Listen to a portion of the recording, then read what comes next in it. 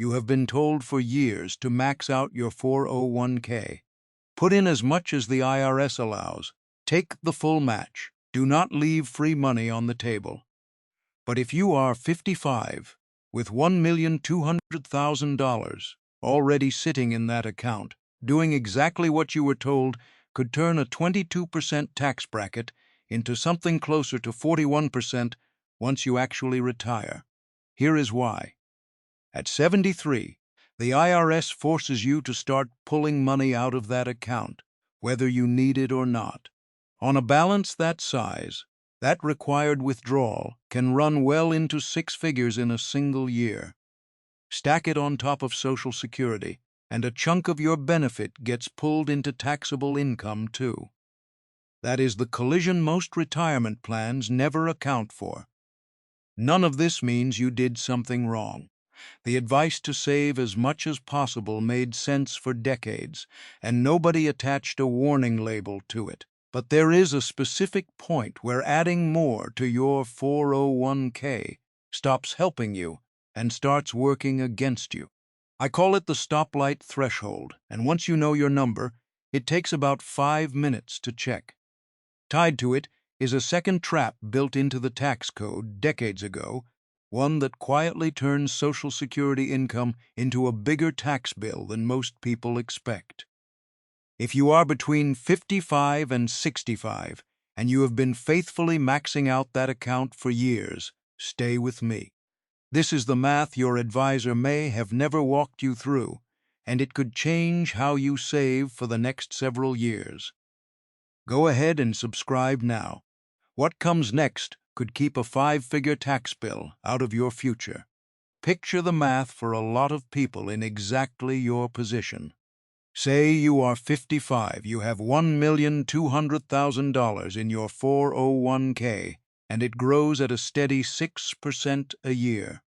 By the time you turn 73, that account could be worth roughly $3,425,000. The IRS does not ask if you want the money out. It requires it.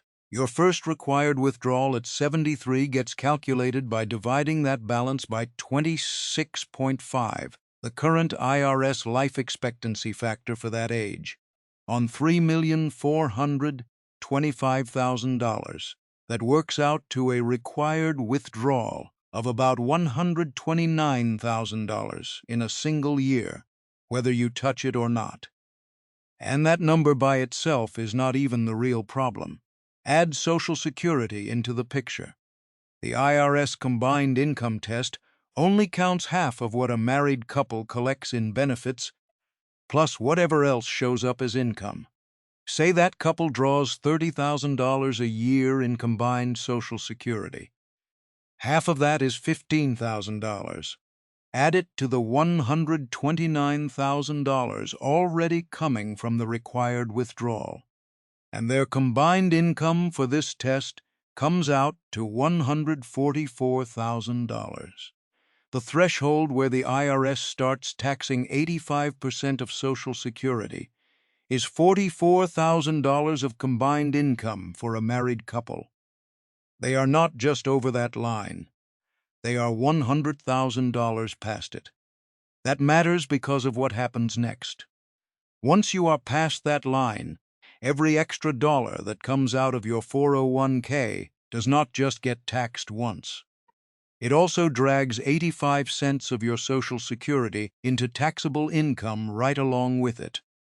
In a 22% bracket, that turns into an effective rate of about 40.7% on that next dollar, nearly double what you were expecting to pay.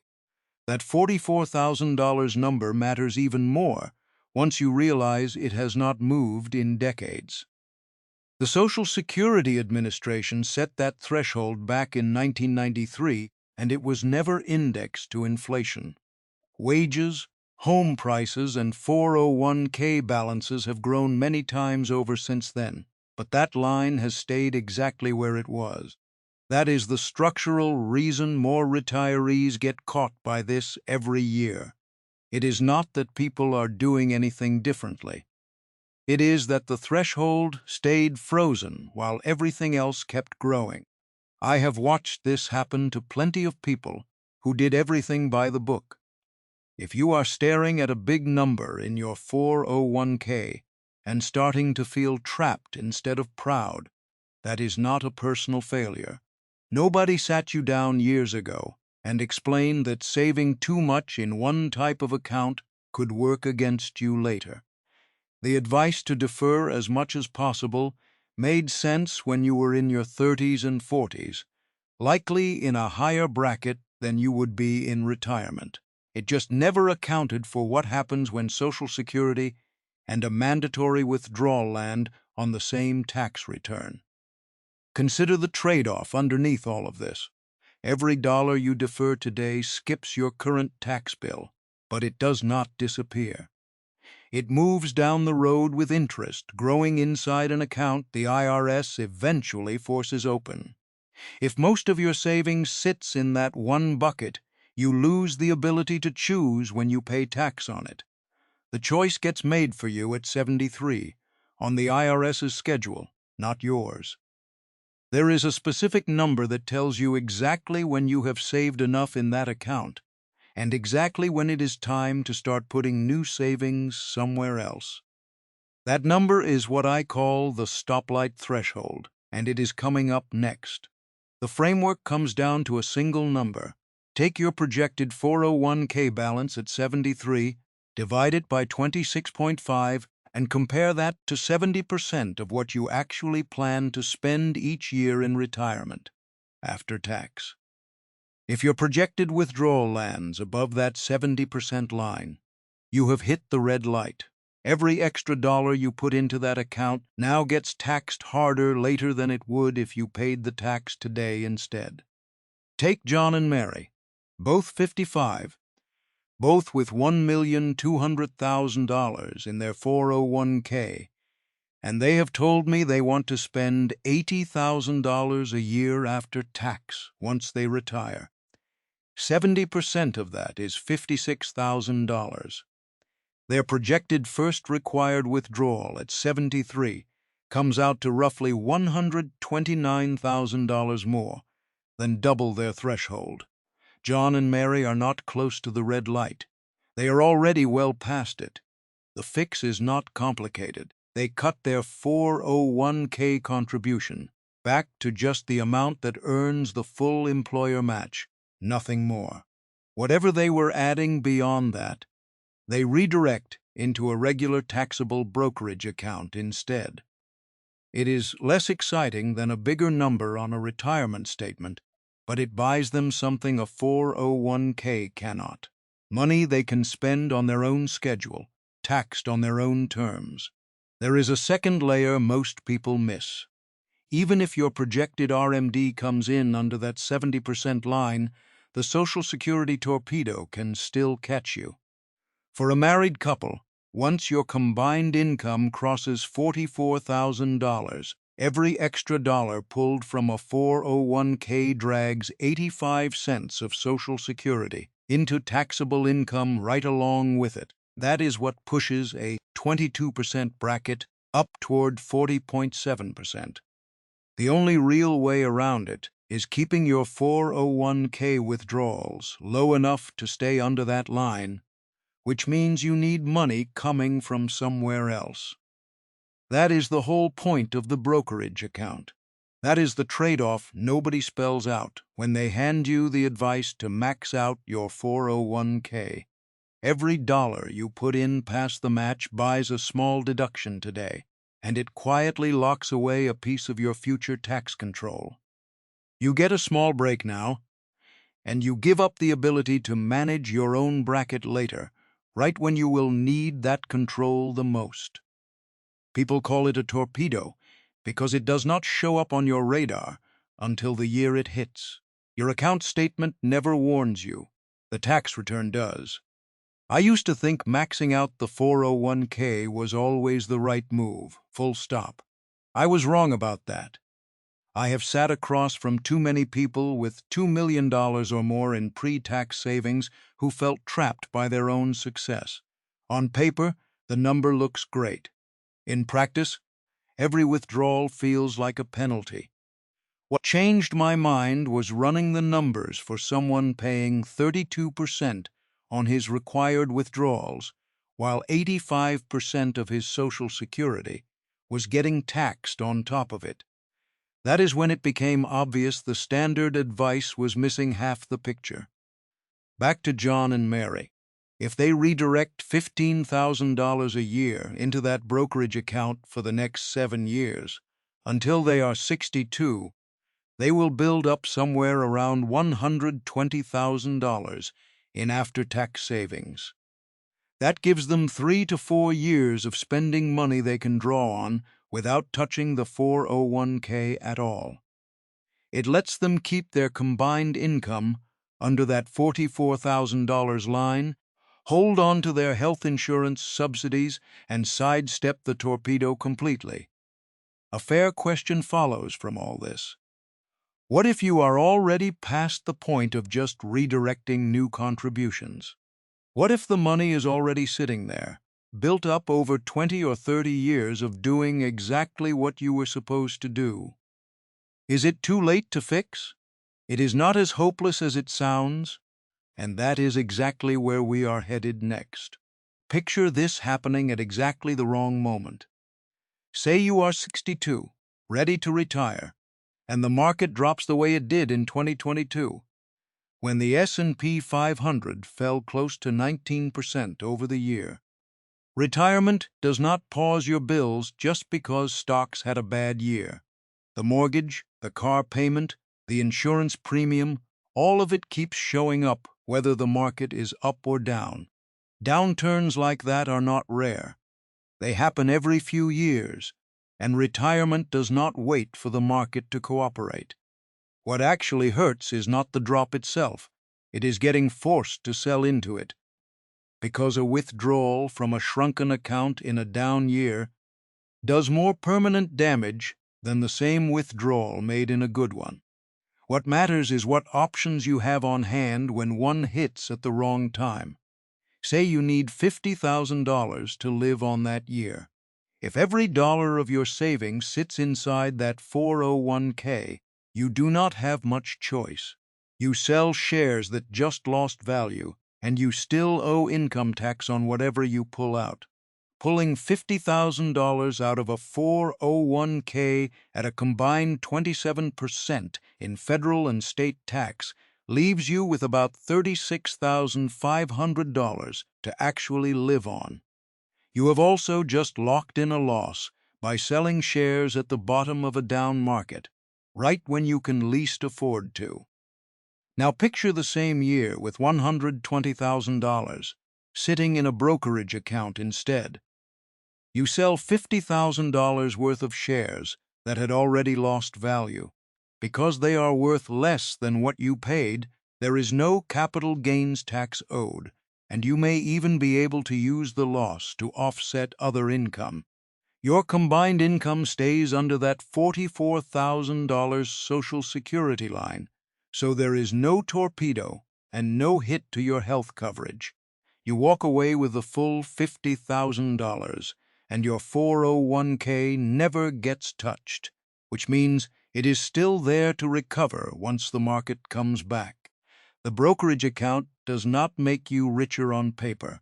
What it gives you is options in the year you need them most. A 401k locks you in. A brokerage account lets you choose. Let's make this practical. Here is exactly how to figure out your own number and what to do with it once you know where you stand. Start by figuring out your own number. Take your current 401k balance, project it forward at whatever growth rate you are comfortable assuming, out to age 73, and divide by 26.5. Compare that to 70% of what you actually want to spend each year after tax in retirement. Say you are 55 with $800,000 saved, growing at 6% a year.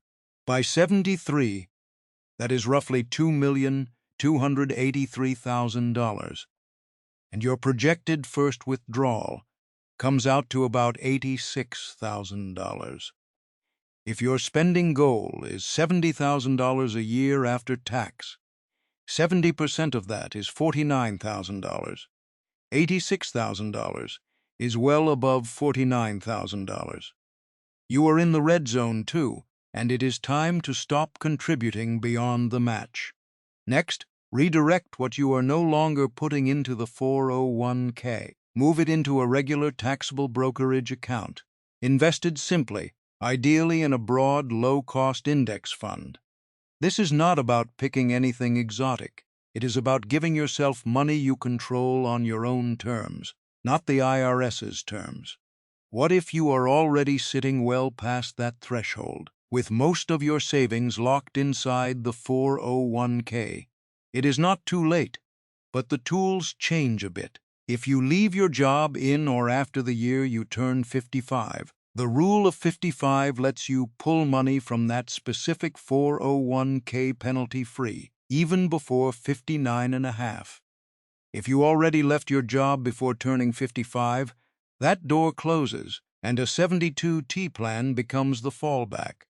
It lets you take structured payments, penalty-free from a retirement account before 59 and a half, but it comes with a catch. Once you start, you are locked into taking the same amount every year for 5 years, or until you turn 59 and a half, whichever is longer. Miss a payment or change the amount, and the IRS can retroactively penalize every prior withdrawal. I had a client who came to me at 58 with $1,800,000 already in his 401k. He wanted to retire at 60, but the size of the future tax bill scared him. We ran his stoplight threshold, and he was sitting at roughly 180% of his number, deep in the red zone. We stopped new 401k contributions completely, started a Roth conversion ladder to move money out gradually at a lower rate, and used his annual bonus to build up a brokerage account instead.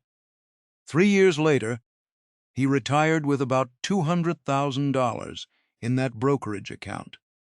He is spending $60,000 a year from it, keeping his other income under that $44,000 Social Security line, and paying close to zero federal tax most years. One more hidden cost worth watching for. If your required withdrawals push your income above roughly $218,000 for a married couple, Medicare can charge you significantly more for Part B and Part D premiums, sometimes thousands of dollars more a year. That threshold moves slightly with inflation most years, but it is another reason to keep your withdrawals under control instead of letting them climb on autopilot. Even with all of this laid out clearly, there is a psychological wall that stops most people from actually doing it. Let's talk about that next. If you are sitting on $1,500,000 in a 401k and still feel like money is tight, that is a strange, uncomfortable place to be. You did what you were told. You saved. And yet every time you think about pulling money out, you see the size of the tax bill first, before you see anything else. Your brain reads that tax hit as a loss, and most of us go out of our way to avoid a loss even more than we chase an equivalent gain. That is loss aversion, and it is exactly why so many people with plenty saved still live tighter than they need to. It is a completely normal reaction, and it does not mean anything is wrong with you. For decades, that balance on your statement has felt like your money. But part of it was never fully yours to begin with. It is deferred tax. The government has been a silent partner in that account the whole time, and when you withdraw, you are just finally settling up with them. I have been there myself. Early on, almost everything I had was sitting in a 401k, and I remember pulling up the numbers for a $10,000 roof repair and feeling like I was somehow losing money just by spending my own savings. It took me a while to reframe how I thought about that. The reframe that actually helps is simple. Split that account into 2 buckets in your head. One is the government's share, the other is yours. If you need $50,000 after tax, and you are in a 30% marginal bracket, you would need to withdraw about $71,400 to end up with that $50,000 in your pocket. The other $21,400 was always the government's piece of the growth, not yours to lose. Once you separate the two mentally, spending what is actually yours stops feeling like a loss. Once that shift clicks, the rest of this gets a lot easier. Let me leave you with the simple version of everything we have covered, so you do not lose track of it.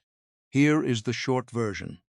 Do not keep funding a 401k past the point where your future required withdrawals will push you into a higher bracket than you are in today.